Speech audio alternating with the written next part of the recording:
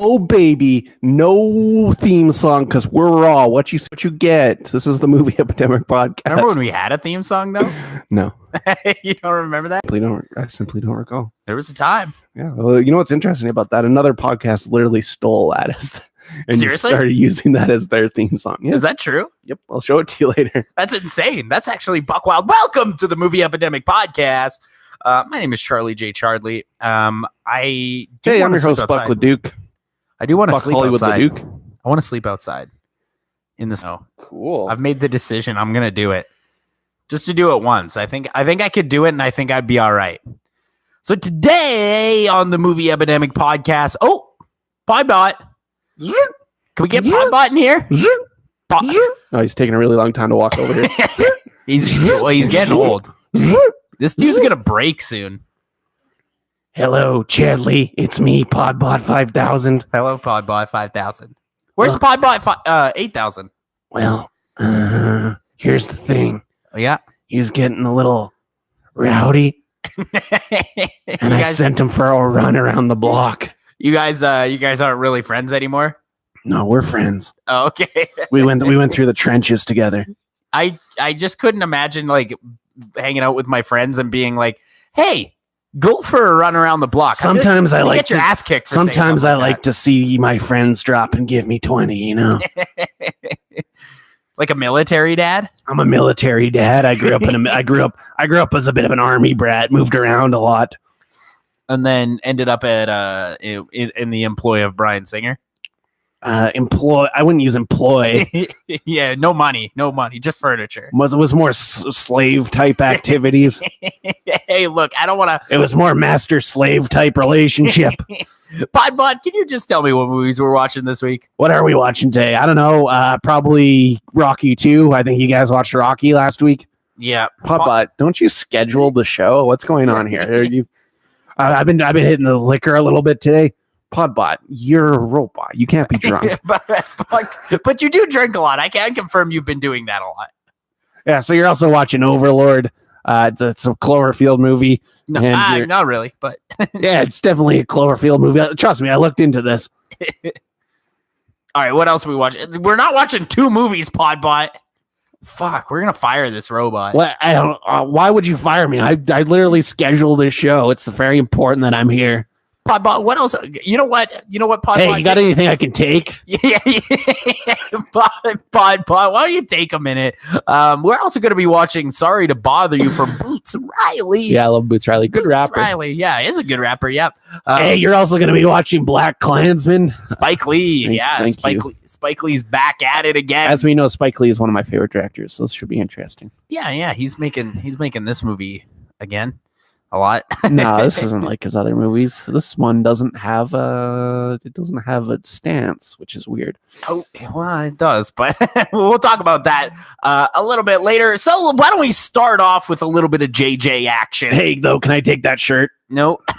This is what am I supposed to wear, Podbot? I want that shirt. What am I supposed to wear? Plug me in, Chadley. Charlie. Plug me in. You're just not even getting the name right anymore. Podbot's out of control. We gotta do something about this. Yeah, Podbot might have to be sent to rehab in a couple of weeks here. We'll see where the storyline goes. Yeah. I don't know. We haven't really decided on that yet. Robo rehab. So let's talk about overlords or cloverlords, as you tend to say.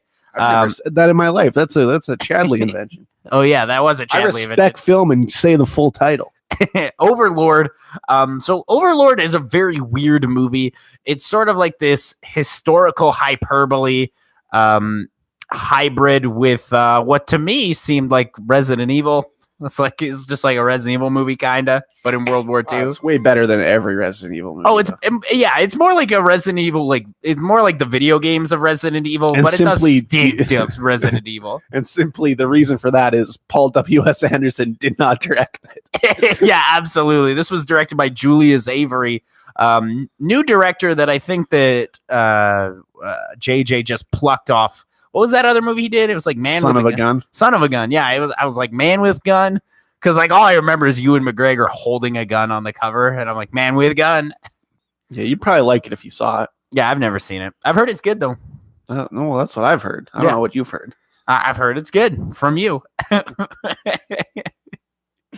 So it's a very weird movie because it's, there was the bioengineering going on during World War II. Essentially what this movie is about is a platoon of fellows in World War II trying to take down a communications tower before D-Day so that the D-Day assault could have air support. Tom Hardy up there. It's really a crossover with Dunkirk. Dunkirk. And here's the thing. You can almost see it from here. You can almost see it from here. And so like the whole idea of this movie is that they're trying to infiltrate this area, but when they infiltrate this area, they find out that the Nazis have bioengineered a serum. Yeah, they're making some sort of zombie monster. Yeah, that they give to fucking German Michael Shannon. Yeah, I love German. I was sort of thinking when they were beating the shit out of him, like, man, this would be way better if this was Michael Shannon getting his ass kicked. I was also thinking that. God, I wish Michael Shannon was getting his ass kicked in this movie. God, he can do German, I think, probably. Oh, you know what? I bet Michael Shannon can do whatever the fuck he wants. He's Michael Shannon. He spent enough time with Werner Herzog. He can probably just do the accent pretty good. Hell yeah, dude. Hell yeah. And so they go to like this facility and they find this serum. And here's the thing: is that the movie then becomes about not really anything at that point, because like it's about it, at first it's like this movie's about trying to blow up the tower, and then they're like, they got this serum that turns people into zombies, and they're like, great, wow, we still got to blow up the tower, and that's the main objective, and we're just still gonna just do that. Yeah, that's their mission. Yeah. I like this movie. Yeah, I thought it was good. I had a good time. It's interesting. It's the loudest movie I've ever been to, yet you were sound asleep for 75 minutes of this movie. I'm surprised you're even able to review it, honestly, because you were just like, I was like, holy shit, this guy's unconscious. This is legit slander. I didn't fall asleep for a New York nanosecond of this movie. God, you were sleep breathing like you needed an apnea machine player. Yeah, but also I don't know what's going on with me, or maybe it was the theater, but that theater was 10,000 degrees. It was so hot. No, it was too cold. I had my toque on the entire time. Really? I thought it was Saudi Arabia. I thought it was far too cold. I would have been nice if it was up like 3 or 4 more degrees. God, why is it Kenya in this fucking theater, dude? It was warm as shit. No, I think you need to go to a doctor, bro.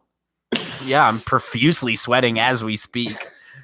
Really? I find it far too cold and far too cold in here. Yeah, it's very hot. No, it's not. Can I take off my socks? Are you good if I do that? Do not take off your socks in my house. I'm thinking I'm just going to take off my socks. That's absolutely insane. So who do we got in this movie? So this movie stars Jason Clarke, who we famously really, really like. But here's a problem with Jason Clarke in this movie. He's playing like the badass, because like this is a typical platoon. You got a funny Jewish guy. You have to have a funny Jewish guy. You got the main guy who's just like sort of an everyman. He's awesome, by the way. Who was that? Was that? I thought it was Daniel Kaluuya for the first like half of the movie, and then I'm like, well, that ain't who that is. Yeah, it definitely wasn't Daniel Kaluuya. Yeah, I realized like halfway through the movie, I'm like, oh, that's not Daniel Kaluuya. And I don't know. There's going to be Jovan Adepo. Yeah, there's not a lot of famous people in this movie. Like Jason Clarke is sort of the big hitter for this one. And also, that wasn't Jason Clarke. That was Wyatt Russell. That was Wyatt Russell? Yeah. Yo, those dudes look shockingly similar, but you're right. It was because he's very young, and he's a very young man. Because you know what's weird is that I was even thinking that. I was even like, man, Jason Clarke, you look like what would happen if Wyatt Russell was soft, or if Wyatt Russell was soft as shit because he didn't get his ass whooped by Kurt Russell every 15 minutes. Yeah, he gets hurt by. Yeah, but you're right. I take it back. It wasn't Jason Clarke. It was Wyatt Russell. Shockingly similar looking dudes, but Wyatt Russell's awesome in this movie. He's really good. I remember thinking it was weird because I'm like, isn't Jason Clarke 52? How is he in this movie? But it actually makes way more sense that it's Wyatt Russell. Wow, riveting pod that you were very confused for the first 7 minutes of this episode. That's very confused through the duration of this film, apparently. Yeah. But yeah, Wyatt Russell is really good in this movie. This movie has a really dope buildup. Like the first maybe 40 minutes of this movie is amazing, dude. Like even like the first scene where the first scene is the like best you can't really see anything. You can't really see what's going on because it's got that shaky cam, and like as that plane's blowing up, I thought the platoon leader, I thought that guy was Dave Chappelle for a hot second. I'm like, yo, is that Dave? Because he's in another movie I saw recently, A Star Is Born, and he just shows up and you're like, yo, what's Dave doing in this motherfucker? Dave Chappelle's in Star Is Born? Dude, there's a lot of comedians in it. Dice Clay plays the father. Oh, hell yeah. I love Dice Clay. Eric Griffin is in it. I don't know who that one is. He's friends with Dave Chappelle. Okay. Yeah. So it's like the priest in it. Hey, did Dave Chappelle make this movie? Maybe I don't know, but Bradley Cooper seems to know a lot of comedians. Yeah, maybe Bradley Cooper's just a big fan of the Chappelle Show, and he's like, I want to make Clay, I guess. He's like, I want to make a drama, but I also want these. We'll guys save that for A Star Is Born, though. We're talking about Overlord. Yeah, we are talking about Overlord, and like that first scene, like it truly is amazing. And to be honest, I think I would have liked to see this in IMAX. I know it played for like a few days in IMAX, and and then they pulled it. They pulled it because they had to put the Grinch in there or something. You got to get the Grinch in there. You get those big. That's how you get that big money, though, because no one's going to see this movie, and no one's paying $30 to go see this fucking movie. Yeah, absolutely, no one's going to see this movie in IMAX. There was like 9 people in the theater that we were in, and so like, and here's the thing about this movie is that I do like the really weird bioengineering, like hypothetical. Mm-hmm. I wish there was more dog work, personally. Yeah, alternate history. Yeah, like a Resident Evil dog. I would have loved that. I would have loved to see a Resident Evil dog. I would have loved to see some dog work, because I know that's it. When you like look at the actual history books, like the only thing they really found was they definitely worked on humans, the Nazis did, but like they did a lot of dog work, and we didn't really see any of that here. Yeah. And so like this movie, like it does have that side to it, but honestly, I was genuinely just more interested in like the World War II stuff. Mm-hmm. And I know there's a million movies like that. Yeah. There's already a million movies like that, but this one was good. Like, it's a good one. It's shockingly violent. There was a really 8-year-old kid that went to this like with his grandpa, I think, maybe. Yeah, the kid behind us. Yeah, that kid must have been 8, and there was fucking just people getting there's a lot of pussy eating in here. There's like people's heads blowing up with granada. Yeah, that's the best. That is like I started. It's clapping. One of the best. It's one of the best. Yeah. This dude just starts busting out clapping. I was laughing so hard. Yo, have you ever seen someone's head blow up via granada? Now you have. Yeah, absolutely. It's fantastic. A lot of good. The explosions in the movie look amazing. And like pretty much any of the action sequences in this movie look really, really good. They definitely did a lot of like actual explosion stuff. It was like there's definitely a lot of CGI, especially the monsters. But like I think a lot of like the actual like squib work and shooting and all that stuff that looked love squib work. Yeah, I love some squib work. Dude, when that blood squirts out, I love me some squib. What I really like about this movie, specifically about the this maybe not even the CGI, but even like the explosion works and like the special effects, is that when these explosions occur, and very few movies get this right, there's so much dust. And like that there's a lot of dust, because that's exactly what it would happen. Everybody's dusty, especially in this setting where it's like the fucking dirt, the dirt roads, the fucking 9,000-year-old church. And it looks amazing. Like it is really truly a good looking movie, and it's choreographed well too. Like some of those back and forth gun scenes, like the scene where the Nazis keep coming out the door and you got the Jewish guy on the fucking big gun. That was a great scene. That's amazing. I love when the one guy's like, "What are you doing?" And he's like, "Dude, this is a 2-person gun." Yeah, it's fairly funny. But the one scene I thought was like really good was right at the beginning when that guy dies on the landmine. Yep. And it's like, oh man, they got that. Yeah, I think some movie, like especially war movies, they don't get like the shell shock like explosion right. Yeah, like it doesn't sound right. But this one, I don't know, they got it. They nailed it. Yeah, it's definitely like it feels really authentic until they're like, which is weird because it's a fucking zombie movie. Yeah, so. Yeah, until they're like, there's zombies in here.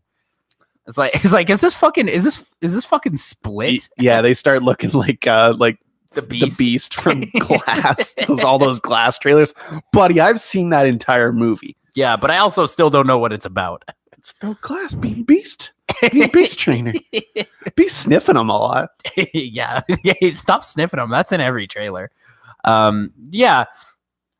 And so then the movie sort of becomes, this is my favorite. There's a section of this movie that's the next section, and it's my favorite part of the whole movie. And it's when they're just sort of in that house and they have the Nazi tied up and they're like interrogating the Nazi. This is the shit I love. This is what I crave. Yeah.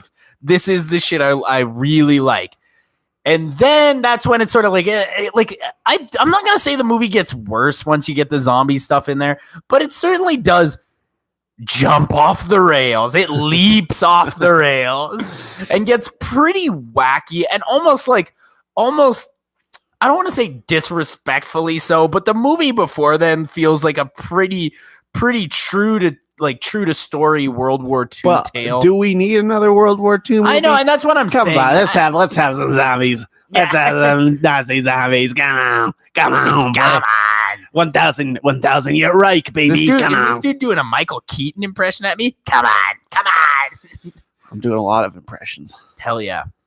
But yeah, I don't know. At this point, it does get off the rails, and I'm not going to say I dislike it because I do really like it, but this is sort of where you lose me because I wouldn't mind the zombie stuff if it felt important, but I don't think that it does to this story.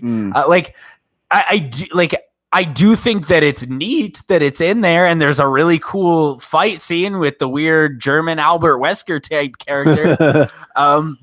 But like realistically, the zombie aspect of this movie, because they just end up blowing up the lab and blowing up the tower, it doesn't feel important to the movie. It feels like it was just kind of tossed in there to be like, we got to make this movie kind of interesting. We got to make it kind of unique. That's the thing, though, is they do have to do this mission. Yep, and they do.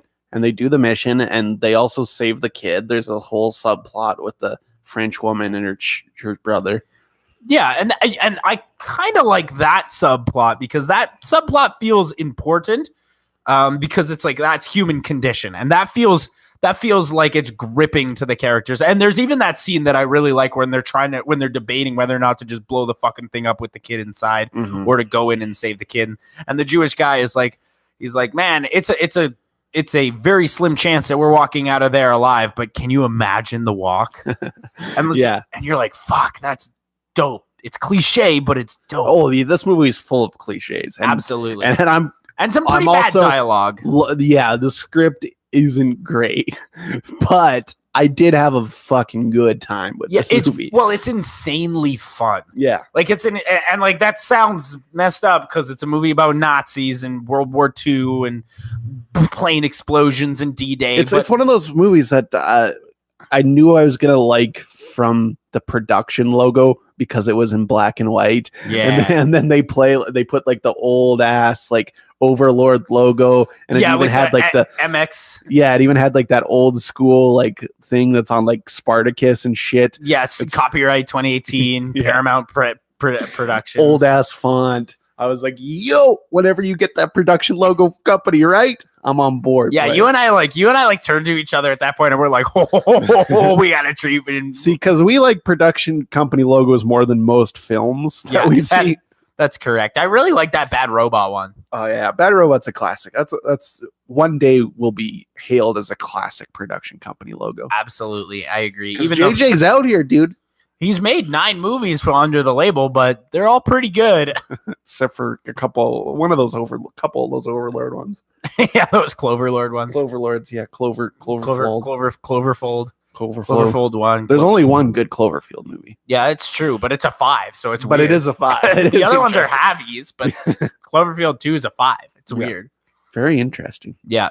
So you said earlier that you had a theory that this is part of the. Here's the thing: if somebody came out right now and was like, "Hey guys, Overlords, you saw that movie?" and you're like, "Yeah," and they're like, "Yeah, we're rebooting Resident Evil, and that's part 1." I'm like, that makes sense. I did not have that theory. What are you talking about? No, you had a theory. No, that's my theory. But you said earlier that you're pretty sure this actually is connected to Cloverfield. No, you didn't say that. No, I don't think so. No, that's something you must have just heard in your head. Because this, no, I don't think this is. This was supposed to be like this was rumored to be. It was on this. Franchise. Well, the interesting thing about that is when they were announcing all those Cloverfield movies the first time, like 10 Cloverfield Lane, God Particle, and a World War II movie. That's what they had as the slate. But That was just the Bad Robot slate. So people thought that it was going to be one because the other two were. That makes sense because it was called Cloverfield Lane originally wasn't called that. It was because none of them were called that. Wasn't it called like 10 Penny Lane or something like that? Something like that, and then God Particle, and this one was the untitled World War II movie. That's what they were like on this, like when they announced their upcoming stuff. So people are like, oh, those are all Cloverfield. Well, movies. Yeah, because the first one ended up being a Cloverfield movie. The second one ended up being a Cloverfield. That makes sense to me. Yeah. That makes sense to me that people would make however, this has nothing to do with Cloverfield. No, and I think this has some room to make more if they'd like to. I don't know that they need to, but they could. The movie basically ends with them like, war ain't over. War ain't over until we pop Hitler, and you're like, shit, yeah. Because like I'd like to see them kill Hitler. That might be fun. I think that there's a really cool trilogy in here. I think there's a really great trilogy. And the next one doesn't have to be paranormal. It could be, or it could be like some other thing. Like like it could continue the bioengineering, but it could be like something completely different. Yeah, like there's so much creative freedom that you have with a because there's so many Nazi myths, right? Like that's a big part of like conspiracy theories is like how many Nazi myths there are. Yeah, like digging to the center of the earth and shit. You could do whatever. Yeah, absolutely. And I kind of want them to just be like a Nazi myth franchise. I'm in for Nazi myth franchise. You know what would be good? Some occult stuff because of all that Nazi occult stuff. Yeah, that'd be cool. Like make a witch one. Perfect. And you know what? That'd be pretty tight. This guy Julius Avery, brand new director. I trust him after this. I trust him. Pretty competently made. Yeah, I do think that JJ should, shimmy his way on over to the Bad Robot offices and do a double check on the screenplay before they put it into production. Come on, though. JJ ain't a script writer.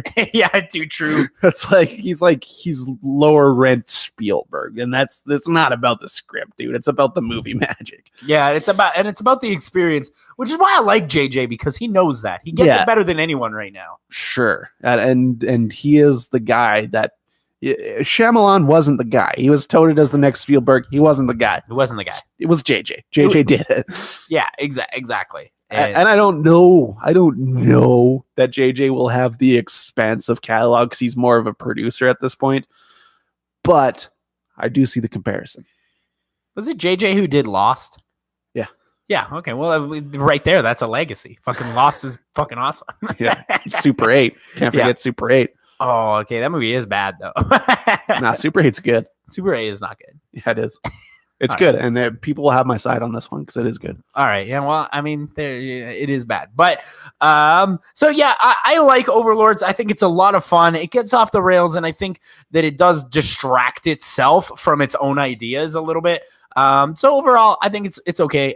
Pretty good movie. I'm gonna give it a 3. I'll give that bad boy a 4 on the Chadsky scale. I think it's a great time. See it in a theater. Yeah, definitely see it in a theater. I feel like it wouldn't have the same impact on a TV there's screen. I got startled. There's some good jump scares that I would have liked to see more of that scary ant. Dude, here's the thing is that you were jumping like a fucking grasshopper over here. Now I'm not very jumpy. You were clean asleep though, so that's why you weren't jumping. I'm not very jumpy, but there was one moment in this movie where I was like, oh fuck. And that's the scene where she's like climbing into the sewer, and then the zombie ant just like comes out of nowhere, and I'm like, "Oh fucking boys, we're going!" Yeah, it was intense. It is intense. It's not very scary, but it's not particularly scary. But I still wouldn't bring an 8-year-old kid to it. That was wild. Yeah, certainly not. There's literally. It looked like he had fun though. He liked it. It seemed like he liked it. There's literally a character who has a bloody hole in the right side of his face. Don't bring a kid to this movie. Yeah, guy's head explodes via Granada, dude. Pretty intense. Fuck, like how are you explaining? Are you explaining the Nazi movement? The Michael Shannon Nazi ate that girl's pussy out a little bit. Yeah, it's really whack, dude. This movie's pretty whack.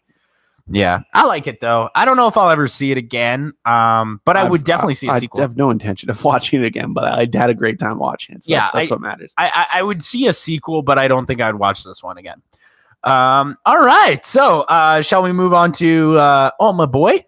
My boy, Sylvester Stallone. Oh yeah, all right. Yeah, he's looking the exact same age in this one because Rocky 2 takes place and was filmed immediately after Rocky 1. Well, when you have a smash success and Rocky is an indie film at its core. Yeah, that's fair. The first one is. Yeah. This one is not that. This is a blockbuster, baby. Yeah, this one's a blockbuster. This is a high-octane blockbuster, and this movie is hypoo, dude. This movie is fucking dude, there's super almost no movie that gets me as riled up as Rocky 2. Everything about Rocky 2 was designed to make you go, yeah, fuck yeah. Here's the thing about Rocky 2 is that I do love it, but I do also think it's technically a bad movie. No, absolutely not. I think it's technically bad because like it's really crazy. It's like one of those movies that's so whack that I'm laughing my ass off and saying, "What the fuck's going on here?" Like at least for the first hour, it eventually gets like sort of back on the rails. No, still the first hour is the part that makes the most sense. Really, because to me, it's just my favorite thing about the first hour is your problem with this is you still don't understand boxing. And that's the reason why you don't like the first one is because you don't understand boxing. I do like the first one. I think I made it very clear I like the first one. Yeah, you gave it a 4 though when it's obviously a 5-star classic. All right, well that's not saying I don't like it. I still love that movie. This movie, however, I'm not as hot on. I don't dislike this movie. I think it's a lot of fun, but it's really just kind of fucking weird because like he gets brain damage from the boxing match, and they really just super lean into that. They can't stop leaning into it. There's like a scene where he's talking to a tiger, and I'm like, what the fuck? Oh, that's the scene where he's selling himself in all those commercials. That's amazing. That's some of the best shit I've ever seen. Yeah, the first hour of this movie is literally about the fact that Rocky doesn't know how to read. Yeah, he doesn't know how to read, and he accidentally got famous. Yeah, and he's like, is like.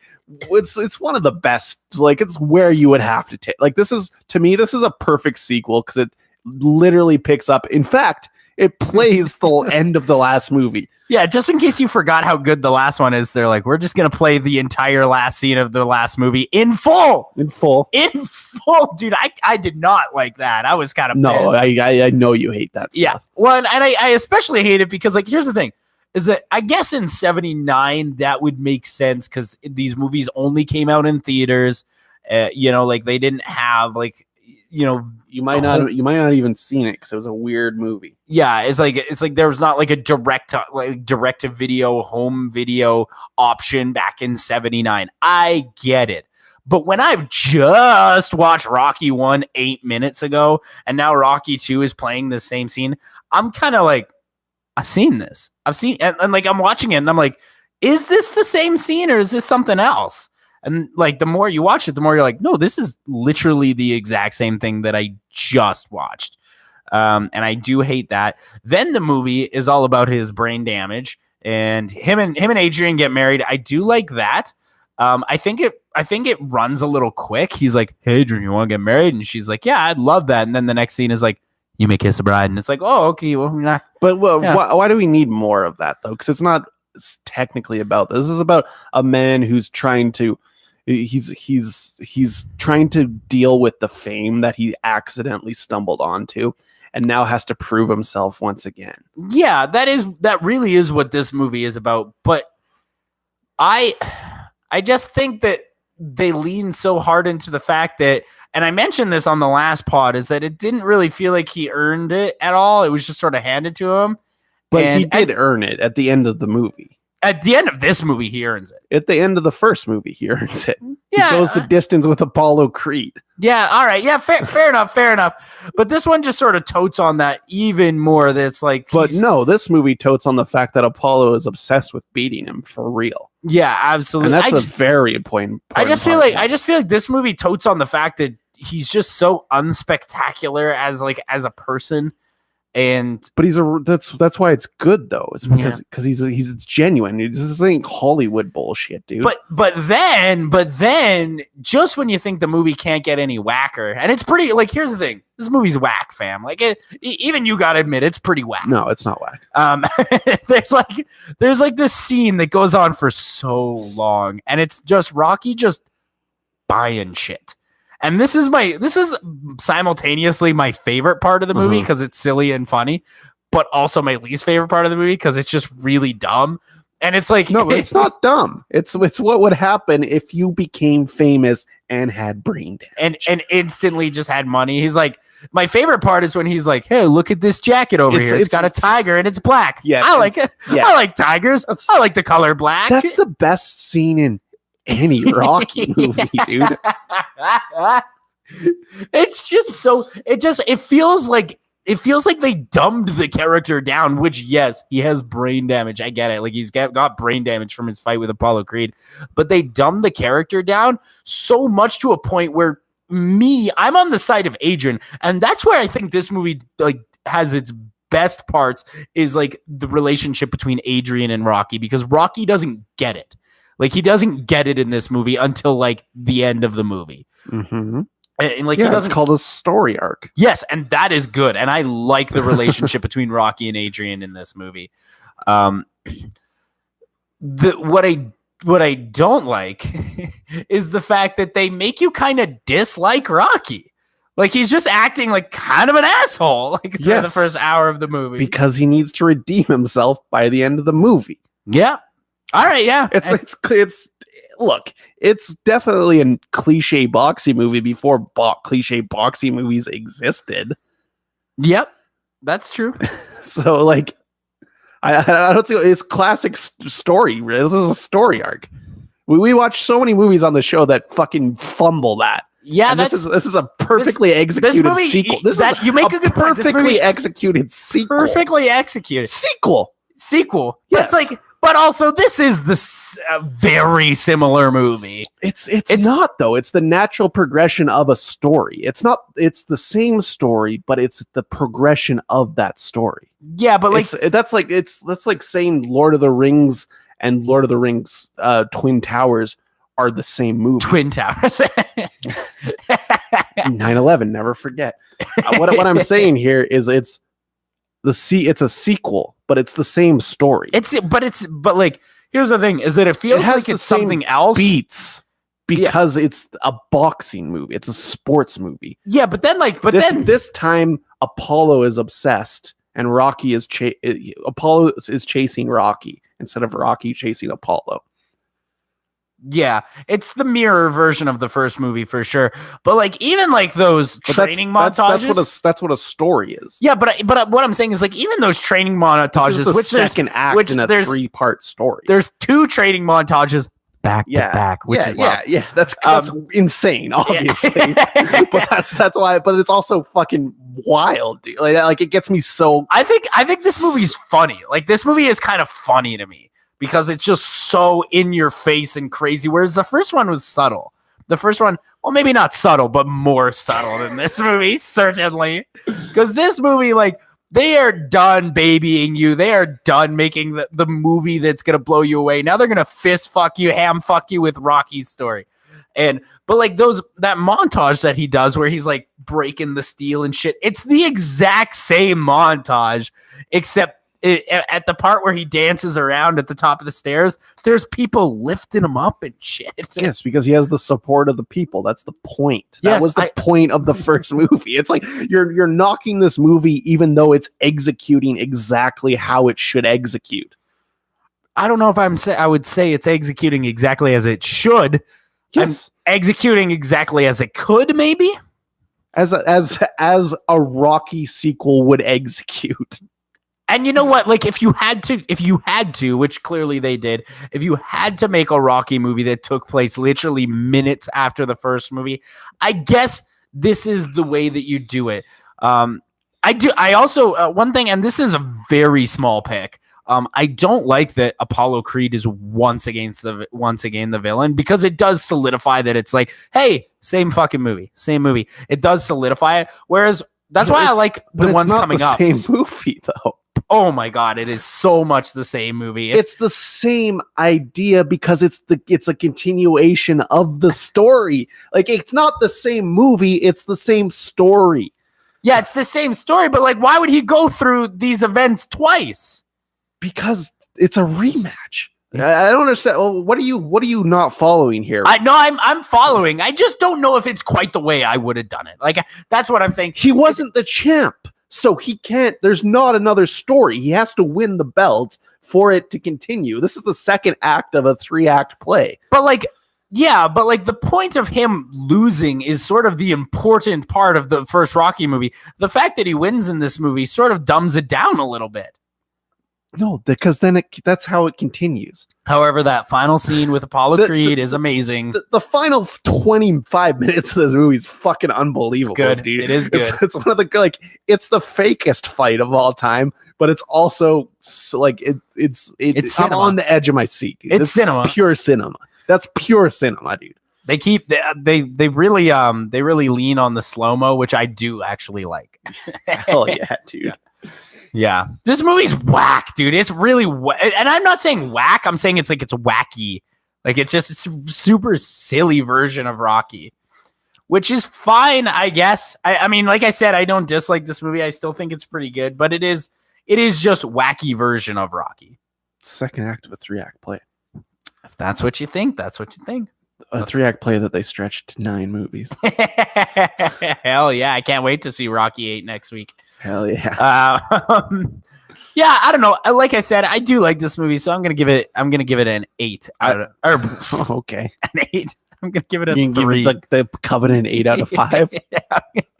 I'm gonna give it a 3 out of 5. Yeah, I literally like this movie exactly as much as Rocky. This is a 5-star. That's a 5. I literally love it, dude. Wow, I think it's amazing. Wow, that's crazy. That is crazy. But I mean, I don't know. 5 seems high, but I mean, if you like it just as much. What are you talking about, dude? It's maybe the best sequel besides Ghostbusters 2. Ghostbusters 2 is a fucking masterpiece. It's better than number 1. Oh yeah, for sure. It's way better than number 1. Terminator 2 might be better. Terminator 2. Give you Terminator 2, but it's better than. But the first movie isn't that good though. That's the problem. Is both Ghostbusters and Rocky are fucking amazing. Yeah, fair enough. Yeah, Terminator 1 isn't that. Terminator 1's like Terminator 1 is a 2-star for sure. It's not very good. There's one good movie in that series, and for some reason, it's hailed as one of the best series ever. But it's because that number 2 is it's a 5. It's amazing. It's amazing. It's a 5e5, and it's definitely how you would do a sequel. Yes, natural progression of a story. That's what I'm saying. That's what I'm saying. Rocky 2 is the natural progression of a story. All right, fair enough. What do we want to move on to next? Because now we got some just interesting films. Let's probably do Blackkklansman. Yeah, I guess we'll end with Sorry to Bother You because I still need some more time to digest Sorry to Bother You before I talk about it. Blackkklansman. This is the new movie from Spike Lee. Spike, what a good boy. Spike Lee. And this is the true story about an African-American police officer who went undercover and joined the Ku Klux Klan. This sort of. What do you mean, sort of? He didn't go undercover. Adam Driver did. Well, yeah, I mean, yeah, but he still talked on the phone with Topher Grace. Enough of the talking on the phone. This movie is. I like this movie a lot. I thought it was great. And this is a good movie, and I love Spike Lee, so it didn't surprise me that it was good. I just don't think that it has very good story threads a lot of the time. I don't think it has as much legs as I expected it to, especially because like. For a movie about what this movie is about, stakes don't feel that high. And it's not like most Spike Lee movies. He doesn't take a very intense stance on either way. Yeah, absolutely. You know what is interesting about this movie, though? And we'll talk about this a little bit later, but at the end of the movie, they show like some actual clips from like Ku Klux Klan rallies. Yeah. You know, just to be like... Yeah, just in case you didn't get it, and Spike Lee's like, now let me grab you by the hand and let you know that this is still relevant. But what I love is that they show the guy who is like the Grand Wizard of the Ku Klux Klan, and David Duke? David Duke. His kids live around here. They're personal trainer at my gym. Oh, really? One of them's personal trainer at my gym. Oh, neat. He's working out with David Duke's nephew or some shit. But like. They show this footage of David Duke and he's talking. And as I'm watching this footage of David Duke, I know exactly what happened when they were making this movie. And Spike Lee was like, we have to get Topher Grace or else we're not making this fucking thing. Because that guy looks exactly like fucking Topher Grace. Yeah, I was surprised how good Topher was in this motherfucker. Dude, Topher Grace is fucking amazing in this movie. And you know what? Actually, everybody's good in this movie. Sure, I really like Denzel's kid. Sounds exactly like Denzel. Is that Denzel's kid who plays the main guy? Yep. Oh, shit. Yeah, he's good. Yeah, he is really good. Adam Driver. John David Washington. John David Washington. Yeah, you're right. That is who that is. Adam Driver. I love Adam Driver. I don't like his character at all in this movie. His character doesn't really have a character. It's not fleshed out at all. His character kind of Jewish. Yeah, his character is there basically to follow basic orders from John David Washington. His arc doesn't even finish, which is interesting. Mm-hmm. Absolutely. And there's someone else really famous in this movie. Who is someone like really crazy famous, but I don't know. I can't really think of it. Alec Baldwin's in it for 5 seconds. Yeah, Alec Baldwin is in it for 5 seconds. Didn't enjoy that, but yeah. And so like this movie starts off like really. This movie has a slow start too, because they're like, before we explain all this to you, we're going to explain racism to you just in case you don't know about it. It's a very commercialized Spike Lee movie, and that's why I don't like it as much as his other stuff. Spike Lee does 8 for him and 1 for the people. Yeah, and this is the one for the people. Chirac, I feel, has a much stronger message, and no one saw that movie. So he's like, well, why don't I make a movie that's a little bit more digestible, very commercial, so people will actually see it. And I get his thought behind that. It just doesn't. This movie doesn't really feel like a Spike Lee movie to me. That's my main problem with it. It's not. It doesn't have it has obviously it has a political message about the fucking KKK and cops. Yeah, it is about the KKK. But he doesn't take a strong stance about police brutality or KKK or infiltration or even racial profiling or racism at all, which is so unlike Spike Lee. Of course, because look, there's a lot of dudes out there who hate racism, but Spike Lee super hates racism. Yeah, and that's he built his entire career on that, which is why I find this movie very strange. Do the right thing is amazing. I do think this movie is very strange, a very strange take for Spike Lee. Yeah, because like this movie, like it's not really like until the very end. You're right, there isn't a stance. This movie's just a story, and it does just sort of string you along a story. Yeah. And not that there's anything wrong with that. And the story is good. I just think and interesting. Why is Spike Lee directing this then? Yeah. It just, I don't know. This movie's Why didn't also he just produce it. There's also a lot of weird stuff in this movie where it's basically Forrest Whitaker produced this movie, actually. Or maybe that was Sorry to Bother You. He produced one of them. Oh, yeah, it was probably Sorry to Bother You. Yeah. But this movie is very bizarre because like there's a lot of scenes in this movie that just don't really add anything to the movie. There's a lot of that. It's like even like the Black Panther stuff or whatever their group was, like almost none of that needs to be in here. Like absolutely, especially like the weird love story. It's like I don't know. The love story certainly goes does nowhere. It goes nowhere. It goes absolutely nowhere. But like some of the scenes that I'm talking about that I feel like are just sort of unnecessary are like these scenes where Adam Driver is with the racists and like he's just hanging out with them. And it's like this is a long movie. It's like 2:15. It's really long. Hey, it's way longer than it needs to be. Absolutely. The problem with this stuff, though, is that it really does feel like an excuse to let Adam Driver say the N-word a whole bunch. He says the N-word a lot. So much in this movie. And like they just give him every opportunity to, even when it feels like you don't need to. And like, and I get it. The Ku Klux Klan is excessive. That's what the whole point is. The Ku Klux Klan is a very excessive organization. However, some of the best shit in the entire movie is probably like the last 45 minutes when like Topher Grace actually comes down and hangs out with all the Ku Klux Klan members.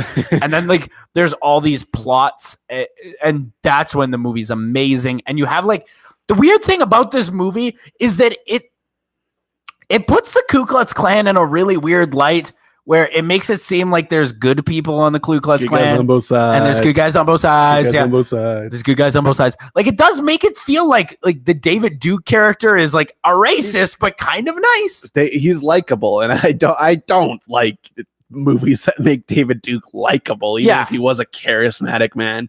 Yeah, and like because like in contrast, you have like shittier, like because like the guy with the glasses, Walter or whatever his name is. Yeah, that guy was good. He seems nice. He seems like a nice actor. guy. I don't know who that was. Yeah, that actor was good. But he seems like a really nice guy. And then because in contrast, he's supposed to be contrasted to like the other racist who's like, I'm gonna bomb all the black people and kill all the Jews and all this stuff. Like in contrast, he does make the other members of the Ku Klux Klan look way better. And that's a weird stance to take. Even like and I know that it's a true story, but like the weird thing where like the African-American guy goes up to David Duke and is like, I would love to take a picture with you. And he's like, yeah, absolutely. And it's like, that's weird. That's weird to me that he's so okay with this. It's weird to me that he would run the Ku Klux Klan and be like, yes, I would love to take a picture with you. Publicity. Yeah.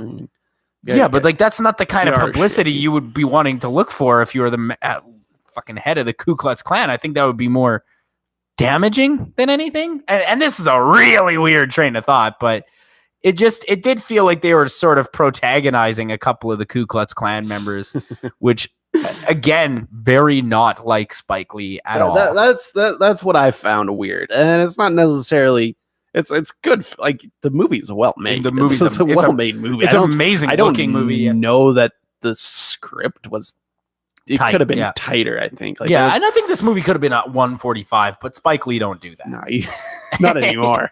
He's not. I think just Chirac was 90, but that's is Chirac 90? Yeah, that's because it's like kind of a musical. It's like they Hamiltoned it up. It's like it's rap mostly. Oh, I kind of want to see that now. It's one of his best movies for sure, and no one saw it. Not a single person saw it. I've never met someone who's seen it. I've never met, and I only hang out with film heads. Yeah, that's true. That's absolutely true. Yeah. And like we're being very critical of this movie, but one thing I do want to make very clear is that the story is interesting. Yeah. The story and the events, they are interesting, and the movie is entertaining. But it's just that. And from Spike Lee, I expect more than just entertainment. That's my big problem with it. Like if any other person directed this, great.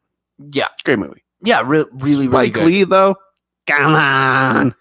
Yeah, if this was like a Scorsese, it would be like he's done it again.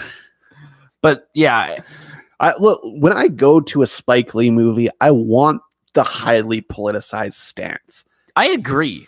I completely agree. He has such interesting points of view, and I want to see those shine in his movies. Even the Son of Sam movie had a highly politicized stance. Yeah. Like, come on. This is a movie about racism, and you're not gonna beat it over my head, you know? Beat it over my head a little bit. But then at the end of the movie, they're like, I feel like Spike Lee looked at this movie and was like, no, this isn't political enough. But he is like, this is clearly the time he wants to shoot for Oscars. Like, and this is a mainstream movie that he wants to shoot for Oscars. Yeah, I agree, and I think this movie will be nominated. Yeah, and it should probably. Yeah, I agree. I don't necessarily think. Yeah, it's still good. It's not one of my favorite of the year. For sure. It's not going to be on my top 10 or anything, but it's like it'll be nominated because it's it's a Spike Lee and it's a political movie. I hope it wins because Spike Lee deserves all the gold in the world. And like that last 5 minutes where they're just showing you, because like it stopped being a movie like 5 or 10 minutes before the end. It doesn't have that much of an ending, really. No, it just kind of. Yeah, he calls David Duke and he's like, "You racist piece of shit," and then the movie's just over. Yeah, and there's like that terrorist threat at the end. Oh yeah, I forgot about that. Yeah, because it doesn't matter. Yeah, no, it doesn't matter. That's the thing. Like that's the ending. Like it just stumbles through the ending because that's just how it probably just ended. The case just ended, right? So you're like, yeah. And then everyone's like, "You did it," and I'm like, "What did you do?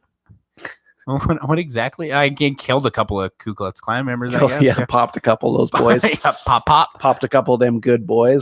Because there's good guys on both sides. Apparently, they play that shit. They play the clip. I was laughing they so play the fucking good hard. Guys on both sides Trump clip that we always make fun of on the show. Yeah, I think Spike Lee listens, dude. Good. There's good guys on both sides. Yeah, they start playing like Ku Klux Klan stuff and like Donald Trump shit. Like Donald Trump could sue, they probably. Show like, probably defamation. Like, I don't know. It's just clips of him. Yeah, and he's saying the things that he's saying. They showed the Charlottesville riot. I hadn't actually seen too much of that. It's shocking. And it's fucked up, dude. I remember seeing the video of the dudes with the tiki torches, the fucking white nerds with the tiki torches.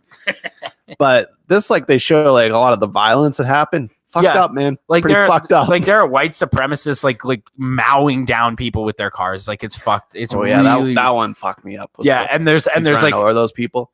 Oh god, it's so fucked up. Like it's the point of this movie is that it's like the movie takes place in the 70s, but the point is that it's still a problem. Yeah. And that we still need to be discussing it. We still need to be talking about it. And this is why. Because I don't know, like there's no footage from 70s riots in this movie. It's all from recent Ku Klux Klan riots. And that's where you see the spike come through. So that is exactly because like Spike Lee is like, oh fuck, no, I didn't make this a Spike Lee movie by accident. Whoops, that's a joint, not quite a joint. Whoops, accidentally made a Scorsese movie. Guess I better interject some Spike Lee real quick.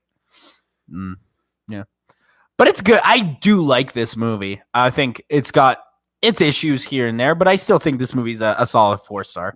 I'll give that bad boy a 3 on the Chadsky scale. Fair enough.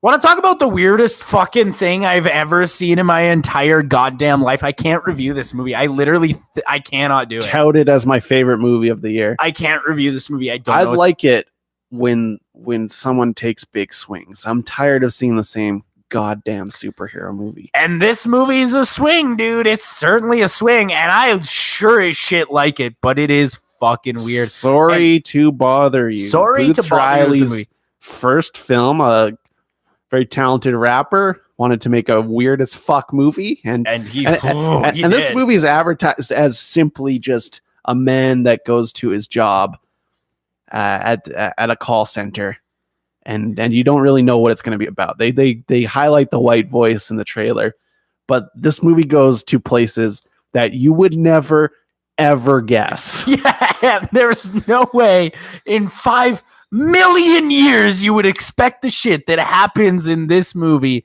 It is I just want to warn you right now, if you haven't seen this movie, go see it. It's on Hulu if you live in the States. Otherwise, you can rent it. Yeah, it's on Google Play right now.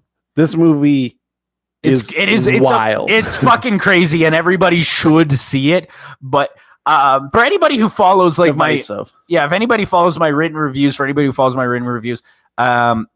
I have not written a review for this movie. Some people have noticed because I don't know what to say about it. It's really whack, but like in a great way, but also not in a great way. I don't know. No, not in a great way. Insane.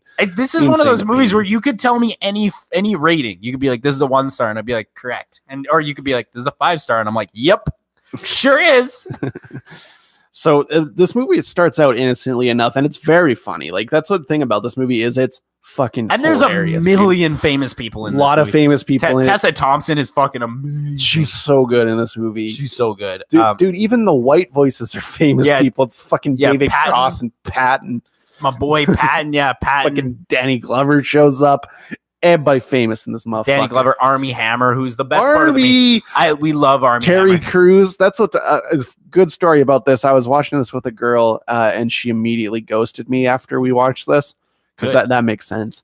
She said she liked it though, but she did note that there's so many weird famous people in this movie, and very much so. And they don't even like look. And like, here's the thing: is that if you look into this, there's even famous people in places you never, ever, ever expect. You know, like the scene where they get in the elevator and like the elevator is like going to floor 2. Rosaria Dawson plays the elevator voice. Fucking why? Why not? Why? It's super crazy. Oh man. Like this movie is it starts off, as you said, innocently enough. It's a guy who works at a telemarketing campaign. Now, can we talk about this movie subjectively for 5 minutes and then immediately go into spoiler territory? Sure. So that we can basically do the cutoff so anybody who hasn't seen the movie can stop listening. So subjectively, this movie's amazing. It's shot incredible. Yeah. It's amazing for a first-time director. I'm blown away. Got a good DP. That's for goddamn sure. Yeah, that's what I was about to say. Insanely good use of color in this movie. Yeah, it's so colorful. Yeah, insanely good use of sets. And just like stuff is happening in every background. Yeah. Every time you look at something's happening in the background. You're like, what? Why is this so technical? It's like a weird comedy. Yeah, and you know what? It's funny. There's jokes. Extremely funny. It's really funny. And so essentially, this guy is working at this. This guy's working at a telemarketing firm, and he continues to move up in the telemarketing firm. Power caller, baby. Yeah, exactly. And the more he moves up, the more he realizes how corrupt the company he works for is. Essentially, that's a great concept, especially in corporate America. As we, continue to be swallowed whole by consumerism and capitalism. Like, it's a really, really interesting concept to have a movie like this. It's just where they take it is just beyond my expectations. It's beyond my comprehension. Good. And that's why if this movie didn't have the insane ending, it's just another comedy. Yeah, that's true. This makes it a movie that people remember. This makes it a movie that's going to be a cult classic. Absolutely. I completely agree. All right. There's the subjective review. This is one of the best movies of the entire year, bar none. Spoilers. Let's get into it. Yeah. Horse people. So he gets up to this point where he's in this company and he meets with Armie Hammer. Oh, dude, when he does the rap, that's like one of the funniest things I've ever laughing my ass off, dude. And then Armie Hammer is like, because what's great about this movie is that it's not only funny, but it hits home like quite a bit, especially the call center stuff. If you've ever worked in marketing or call center or even like customer service, like the sorry to bother you white voice shit, it's so genuine, but also it's so uncomfortable, and also it's about horse people. Yeah. What? Yeah. Because like, just when you think like the movie, because it's already pretty weird. It's just already in its presentation. Insane. It's like, it's weird in its presentation. It's like a David Lynch movie, but like if David Lynch was like super into hip hop. if he was like a weird like kind of skateboarder. If David Lynch was a skateboarder, this is the movie he'd make. Yeah, exactly. And so then Armie Hammer is like, look, I've created this serum that turns you into horse people. And that video that they play, that's going to be a Starburns original, Dan Harmon's company, who also made Anomalisa. Oh, really? Yeah. That's very, very interesting, actually.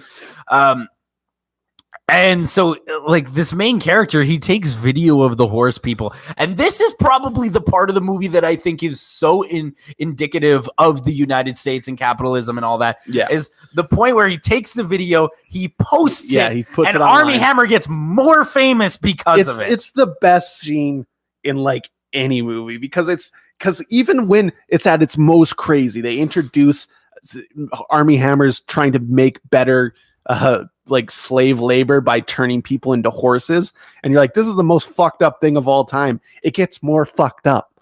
It goes into a place you don't expect again.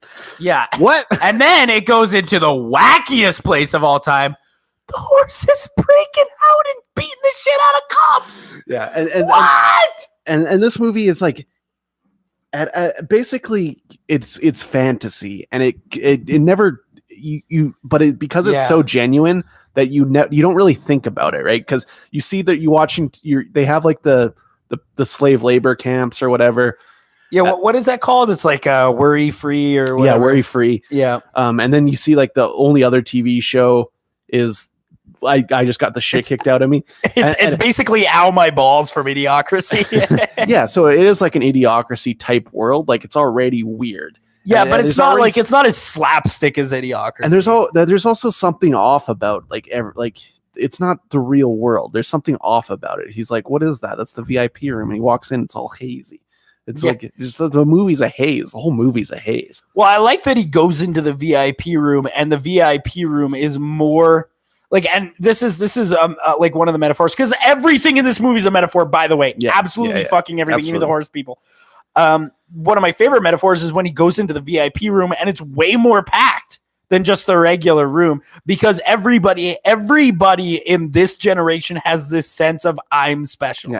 Everybody has this sense of I deserve more than such and such a person. And I think I could be wrong. I could be reading that completely wrong, but that does feel like that is what that particular scene is going for. And it is so true, because everyone in that room, in that scene, truly believes that they are there for a purpose, and really they're just letting fucking anyone in. By the way, this is a 5-second scene that like is going to take you 10 minutes to analyze. So yeah, exactly. That's how crazy. Like, that's why I haven't reviewed this movie. I feel like my review would be 40 pages. I've seen it 3 times now, and I think I barely scratched the surface, to be honest. Like, yeah, it's like I definitely have to see it at least a few more times. It is unbelievable. This movie is crazy to behold. Yeah. Probably one of the most unique films we've ever watched on this show.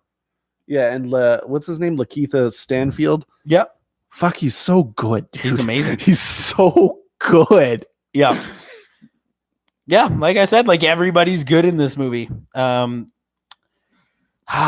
was in Get Out and Straight Outta Compton, Dope.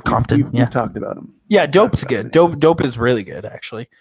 Yeah, this movie's just really weird, and like, and everything about this movie is like, it's like very abstract. Yes, like from the editing, cinematography. This movie is what I would describe as avant-garde. Yeah, it's an art film that somehow went mainstream. Yeah, exactly. Somehow, just by the will of the people. This movie took off because people are tweeting about it, and then Boots Riley just started retweeting everybody. Yeah, and then it made a lot of money. Yeah, people went and saw this movie, and a lot of people liked it, as they should, because it's good. Yeah. And I'm so glad I've seen this movie now, because everybody was talking about it. I didn't see it when it was in theaters, and I'm so glad I've seen this movie now, because it's the most unique piece of film I've seen this year. Yeah, and it's like, especially in just like, we watch so many movies and they're all pretty much the same fucking movie. Yeah. This takes some swings that are so insane that no other movie would possibly dare. That's what I like about it, is that it's unique, and Boots Riley isn't a filmmaker. He didn't go to film school. He just wanted to make a weird fucking movie. He's like, I want to make a music video, but then accidentally make it a movie. This movie has no rules. Yeah. And too many movies are just binded by these rules, especially like the blockbuster shit, and especially the Oscar shit. There's a character in this movie with a top hat and an eye patch that shows up. Yeah, Mr. Blank. And you don't question it for a nanosecond. Mr. Blank. Anytime they say his name, they bleep it out for some reason. And it's never, ever discussed. And like you don't question it. No. You're just like, okay, yeah, that's Mr. Blank. It's Mr. Blank. He's got an eye patch, and he looks like he's dressed like he's probably a war profiteer or something. We don't know. Yeah, maybe. I mean, he says that he is sort of, but kinda. This movie is really crazy, and just like everything about it will confuse you, and that's why it's good.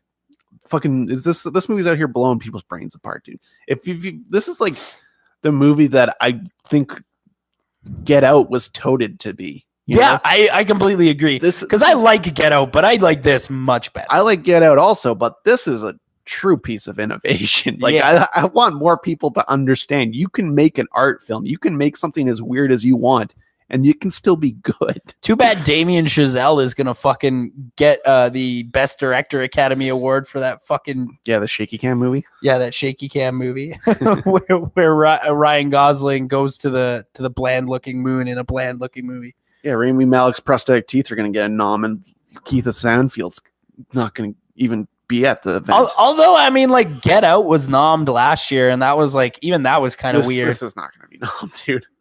This came out in like fucking May. Yeah, they're probably saving their weird one for Blackkklansman. Yeah, they're saving Black Panther. Black Panther? No, God, please, no. Definitely gonna get nommed.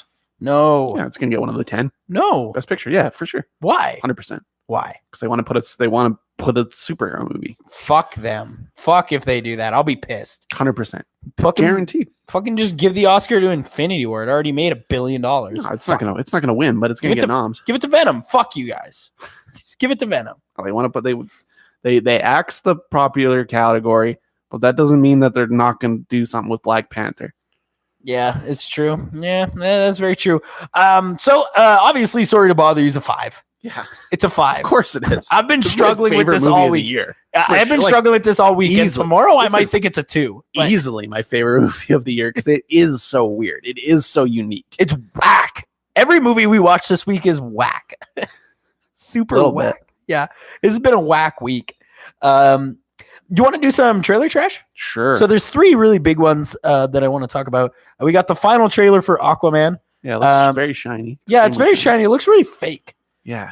We talked about that a little earlier, but it just doesn't look like a real movie. But that's what all these kind of like Zack Snyder extended universe movies look like, though, right? They look very fake. Yeah, but like that's not working for them. So why keep doing it? I don't know. I don't know.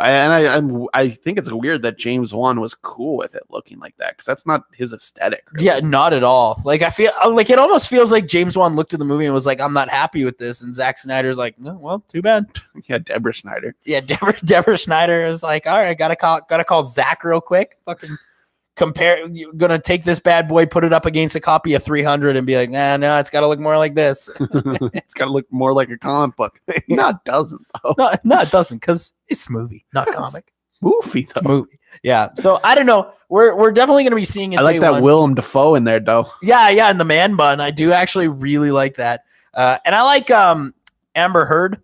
I like her. She looks good with the red hair. You know. Jason Momoa obviously looking good as fuck, man. Yeah, that dude must just fuck. God, he's so pretty. God, that's a pretty man. He must just like go to his trailer on set and just fuck and then do more scenes. He's fucking Johnny Depp's wife now, probably. Good for him. Good for him. He deserves it. So yeah, that movie, we're gonna be seeing it on day 1, obviously. Second trailer I want to talk about. We got the first trailer for Lion King, and man, does that ever look just like the same movie as the cartoon? Yes. Not live action. It's not live action. They keep calling it live action. Something funny to think about, though. Can you imagine Jon Favreau out in the plains of Africa, just filming the plains? Nothing. Absolutely fucking. I've been thinking about that all week. I'm like, yo, Jon Favreau had to go to Africa and just film nothing for 3 months. What? Dude, he must have had like a crew of like 4 peeps. Like him and 4 peeps are out there. No, you know it was a giant thing that Disney was putting together to film. They had like 60 Ps on this motherfucker all filming nothing. Filming fields. If they see a real animal out there, they're like, get that real animal the fuck out of there. Because then it's going to make our fake animals look shittier by contrast. It's really crazy that they made this movie and they're calling it a live action because it's an animated. It's animated. It's a 3D animated movie. Fully animated. 3D animated movie. It's really it doesn't have environment. It doesn't have 3D animated environments. That's the only thing. However, I am excited that Disney is like popping these bastards out at this point. Because like, please get close to finishing. Yeah, just start popping them out because like we got because I think I mentioned earlier more. What? There's not that many more originals. Well, I mean, there's like 6 now. Because they announced the Lilo and Stitch one and the Lady and the Tramp one with Tessa Thompson, which that one might be tight. I don't know. That's going straight to the streaming service though. So because that movie's gonna cost them fucking $60 million to make. Not a real movie. Yeah. And it's gonna be 75 minutes. Yeah, we will be watching it, of course, because we love Tessa Thompson. We love Tessa Thompson, and we also love watching all these shitty movies that Disney puts out. They're feeding us these shitty meatball movies. Oh, except for that Guy Ritchie Aladdin, which will be a 5. That might be good. Yeah, that one might be a type 5. See, like when you look at the roster of movies, I get most of them. I get Cinderella. I get I super get Beauty and the Beast. I get Aladdin's. Like Aladdin was begging for a live action remake. Yeah, I agree. But Lion King, bro. And no people in that movie. Here's the thing: they got James Earl Jones in again to just re-record the same lines. Hey, use it. You got it. You own the tapes, player. really crazy. Why are you getting insane? Fucking hell, dude. The cast is really weird too. Yeah, it's pretty wild. Fucking John Oliver is as. But here's the thing: is that every member of the cast is like, that's weird, but makes sense. Like it's like Childish Gambino as Simba, and it's like, oh, that's weird. Oh, but I mean, it makes sense. And then they're like Beyonce Knowles Carter as Nala, and you're like, oh, weird, but the kind of checks out. I kind of like that though. It's like Seth Rogen as Pumbaa. That one's a little bit farther, but I get it. Billy Eilish is Timon. Dude, yes, I love him. Kind of makes quite a bit of sense though. Yeah, John Oliver is Zazu. I wouldn't give him work, but that makes sense, I guess. I'm not the biggest John Oliver fan. Yeah, I'm not. At least he's not Bill Maher, you know. Yeah, true. He's not racist. At least he's not. Chadley famously on this pod, I think, explained that he likes Piers Morgan, which is like he's like one of the worst of those talk show douchebags. Piers Morgan's my boy. We're friends. Yeah. So now I want to talk about the wildest trailer for a movie I truly don't understand. And this feels like 5 hours long. Yeah. This will be the last thing we talk about. For the wildest movie, for a movie that really shouldn't exist at all, but maybe it should. I don't know. What's this? Is a Pokemon Pikachu detective with Ryan Gosling. Ryan Reynolds, different guy. Ryan Reynolds plays Ryan Reynolds. Pikachu in a movie about Pokemon. Yeah, I'm super in also. I like that they look like teddy bears. Who gives a shit? Oh yeah, I don't care about that. I just don't know if this is. I guess if you're gonna take this property and make it live action, this is the best way to do it because adapting one of the video games makes no sense. Adapting the anime also wouldn't work. No, it doesn't. This is a really weird thing, and I keep going back and forth on it. I've seen the trailer thousands of times because I have to keep. It looks like a legitimate movie I'm going to go watch. That's what's crazy about it. But like, it looks like a legitimate movie that like every time I watch it, I'm like, that's a 5, and then like I'll watch the trailer again and be like, oh, but it's a 1. See, I don't like that Ryan Reynolds is just in all these movies now. Yeah, well, he's too famous. Here's the thing: he's just playing Ryan live Reynolds. action. Nightmare on Elm Street. Ryan Reynolds is going to be Jack Skellington. I just want to call it on the spot. Nightmare on Elm Street? Oh, you mean Nightmare Before Christmas? Nightmare Before Christmas. Are they making that? No, because here's the thing. If they do, Ryan Reynolds is going to be the guy. Here's what I'm telling you right now. All right, I am saying this to your face right now. Is that there's very few times that a big budget blockbuster comes out that I say we are not fucking seeing that. But if they ever make that a live action Nightmare Before Christmas, we are not fucking seeing that. You know we are, though. We are not. I'm putting my foot down on that shit. That makes sense. They're going to make that. But like they own it. Thing is like with the Pokemon trailer, like some of the Pokemon look really awesome. Like Charizard looks great. Mr. Mime looks fucking incredible. Yeah, he looks very interesting. Yeah, he looks incredible. Then you got like Bulbasaur looking terrible, looking fucking shiny as hell. And I'm like, I don't get it. Is this movie perfect or is it terrible? I'm not sure.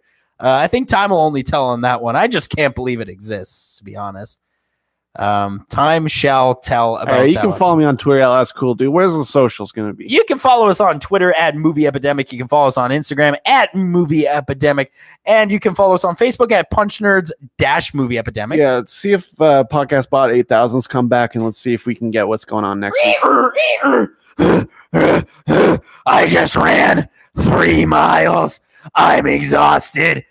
On the next pod, we'll be talking about the Cuff Docs preview special episode of Pod, where we'll be talking about 3 movies that will be playing at the Calgary Underground Film Festival Docs Fest.